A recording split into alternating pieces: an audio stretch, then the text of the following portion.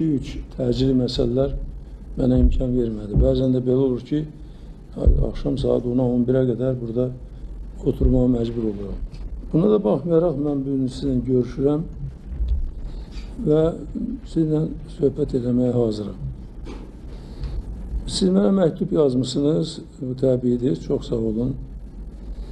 Və indi nə mümkündür mən sizə deyəcəyəm. Ancaq bir şey mən hesab edirəm ki, sizin tərəfinizdən düzgün olmayıbdır. Məktubu mənə göndərmişsiniz, mənə çatmamış, siz bunu müxalifət qəzetlərində dərc eləmişsiniz. Nə qədər düzgündür? İndi özünüz bilin. Üzr istəyirəm ondan. Mən hesab edirəm ki, bu düzgün deyil. Əgər siz prezidentə müraciət edirsinizsə, prezident məktubu alacaqdır, baxacaqdır və sizdə dəvət edəcəkdir. Amma məhdud mənə çatmamış, səhər mən baxıram müxalifət qəzetlərində demək, bu məktubun məzmunu yazılıbdır. Ondan sonra gəlib işə soruşuram. Deyirlər ki, dünən axşam saat 9-da bu bizim ümumi şöbəyə gətirib təhvil verilibdir və biz də səhər sizə bunu təqdim edəcəkdik. İndi olan olub, keçən keçib, mən bunu sizdən heç də izahat da istəmirəm. Ancaq mən hesab edirəm ki, bizim aramızda olan bu səmimi münasibətlər, dostluq münasibətləri elədir ki, siz həmişə mənə müraciət edə bilərsiniz. Məktubla da, telefonla da heç narahat olmayın və mən həmişə sizi dinləyə bilərəm. Baxmayaraq ki, mənim deyirəm, vaxtım azdır. Amma sizin məktub mənə gəlməmiş bunu elan etməyiniz o qədər də belə etik deyil. Mən bu sözü deməliyəm sizə. Siz bilirsiniz ki, mən çox açıq adamım. Fikrimi də həmişə açıq deyirəm. Bəli, mən 93-cü ildən bura gələndən Azərbaycanı bu bəladan, bu faciədən qurtarmağa çalışıram. Siz bunların ola bilər ki, az hissəsini bilirsiniz. Məsələ o görüş ki, televiziyada verirlər. Yaxud da ki, mən televiziyada ondan ola bilər bir yarım saat danışıram, amma televiziyadan sonra 1-2 saatda mətbuatsız danışıram. Amma elə də var ki, heç televiziyada verilmir bu görüşlər. Mətbuata da verilmir. Və əmin ola bilərsiniz ki, 93-cü ildən, onun payızından ki, mən artıq bu işlərə başladım girişməyə, Azərbaycan daxilində biraz vəziyyəti sabitləşdirərək, mən gecə-gündüz bu məsələ ilə məşğul olurum. Ancaq məsələ həddindən artıq ağır, çətin məsələdir. Ona görə ki, 88-ci ildən bu konflikt başlayıbdır. Və o vaxtdan Dağlıq Qarabağ Azərbaycanın hakimiyyətindən çıxıbdır. Bunun tarixini siz yaxşı bilirsiniz. 89-cu ildə Moskvanın qərarı ilə Dağlıq Qarabağın idarə edilməsi üçün xüsusi bir idarə yaradılanda və Dağlıq Qarabağ tamamilə Azərbaycanın tərkibindən çıxdı. Ondan sonra idarə ləğv olundu, amma Dağlıq Qarabağ Azərbaycanın tərkibində olmayıbdır. 12 ildir Dağlıq Qarabağ Azərbaycanın tərkibində deyil və Ermənistanla birbaşa bağlıdır. İkinci, səbəblərini siz yaxşı bilirsiniz. Bu səbəblərdən Azərbaycanın Dağlıq Qarabağ indi ermənilər tərəfindən Azərbaycanlılar orada elə 88-də, 89-da çıxardılar.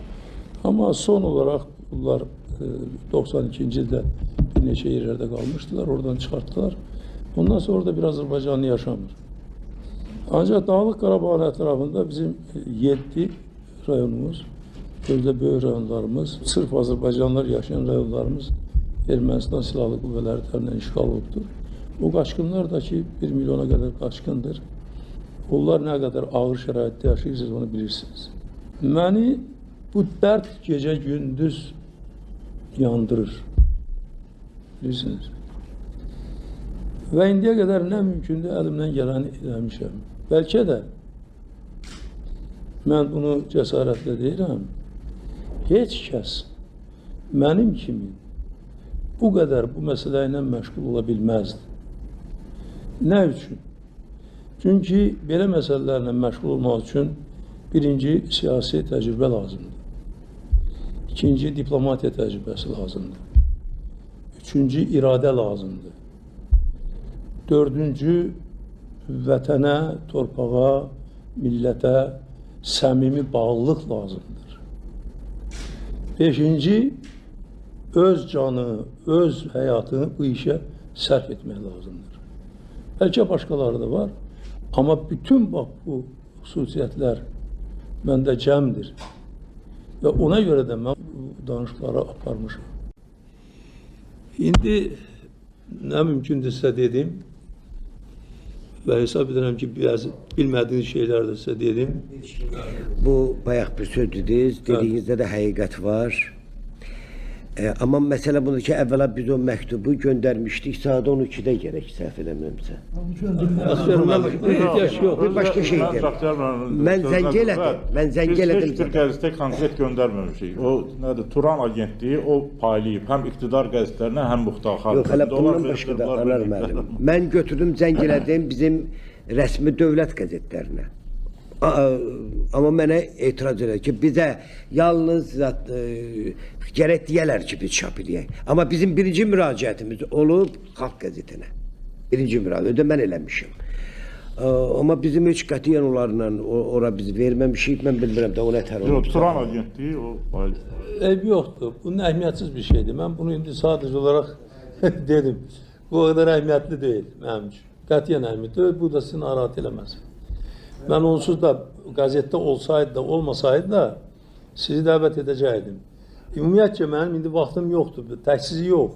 Daha da geniş ziyalı qrupları ilə mən görüşəcəyəm, danışacağım və yenə də deyirəm, aparılan danışıqlar gizli gedir. Əgər bu gizli olmasa bu danışıqlar aparıla bilməz.